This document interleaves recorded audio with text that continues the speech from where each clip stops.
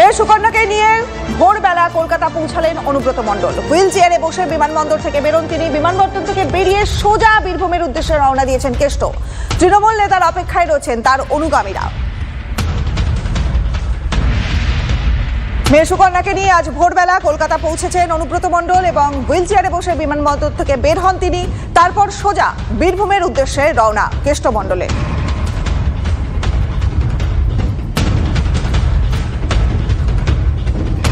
মাঝখানে পেরিয়ে গেছে দেড় বছর পর তিহার থেকে বেরিয়েছেন অনুব্রত মণ্ডল। কলকাতায় পৌঁছায় সোজা বীরভূমের দিকে রওনা। আজ বোলপুরের বাড়িতে ফিরছেন কেষ্ট মণ্ডল। আর কাকতালীয়ভাবেই আজই বীরভূমে বন্যা পর্যালোচনার বৈঠক করতে যাচ্ছেন মুখ্যমন্ত্রী মমতা বন্দ্যোপাধ্যায়। আর এখানেই জল্পনার জল খোলা হচ্ছে কিন্তু বিস্তর। তাহলে কি 2 বছর পরে মঙ্গলবারই তৃণমূল নেত্রীর সঙ্গে সাক্ষাৎ হবে? জেলা তৃণমূল সভাপতির নজর কিন্তু এখন সেদিকে। যতদিন কেষ্ট ফিরে না আসছে লড়াই আরো 3 গুণ বাড়বে। বীরের সম্মান দিয়ে ওকে জেল থেকে বের করে আনবেন, ঠিক আছে? তবে কি মঙ্গলবারই বীরের সম্মান পেতে চলেছেন কেষ্ট মণ্ডল? বীরভূম তো বটেই, রাজ্য রাজনীতি জুড়েও জোর জল্পনা। 2 বছরের জেল জীবন কাটিয়ে মঙ্গলবার বীরভূমে ফেরার কথা অনুব্রত মণ্ডলের। জেলা সভাপতিকে স্বাগত জানাতেই সাজছে বোলপুর। ঘটনাচক্রে জেলায় প্রশাসনিক প্রস্তুতিও তুঙ্গে, কারণ মঙ্গলবারই বোলপুরের গীতাঞ্জলি স্টেডিয়ামে মুখ্যমন্ত্রীর প্রশাসনিক বৈঠক।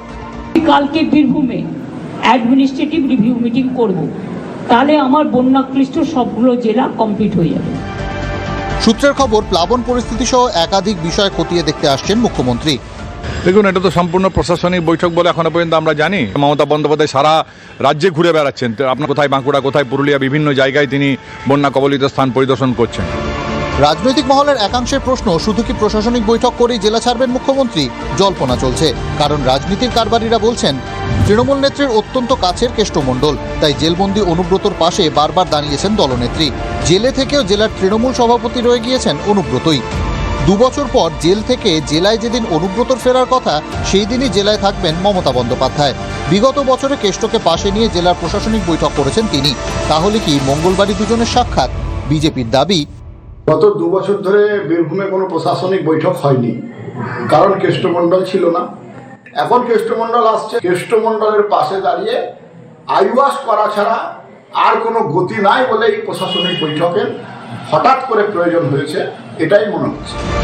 বিজেপির দাবি উড়িয়ে দিলেও জেলা তৃণমূল নেতৃত্ব বলছে আমাদের কাছে সেরকম কোনো খবর নেই। তবে মমতা বন্দ্যোপাধ্যায়ের আশীর্বাদ ধন্য কেষ্টমণ্ডল, তিনি দীর্ঘদিন পরে ফিরছেন বাড়িতে, কাজেই সেটা তো মমতা বন্দ্যোপাধ্যায়ের সঙ্গে দেখা হওয়াটা স্বাভাবিক ব্যাপার। বর্ধমানে মিটিং করে উনি বীরভূমে আসছেন, এটা হয়তো কোয়েনসাইড হয়েছে, তাই এ নিয়ে আমি কোনো মন্তব্য করব। শীর্ষ নেতৃত্ব রাগঢাক করছেন, কিন্তু বীরভূমের তৃণমূল নেতাকর্মীরা আশাবাদী। নিশ্চয়ই দেখা হবে। তার কারণ হচ্ছে অনুব্রত মণ্ডল এমন একজন জেলা সভাপতি যিনি হচ্ছেন সারা বাংলার মধ্যে মুখ্যমন্ত্রীর সব থেকে প্রিয় স্নেহধন্য। তা সেরকম তার স্নেহধন্য ভাই বলা চলে, তার ভাই ফিরছেন, তা সেখানে দিদি ভাইয়ের সাক্ষাৎ হওয়াটা খুবই স্বাভাবিক, আর এটা হওয়া উচিত।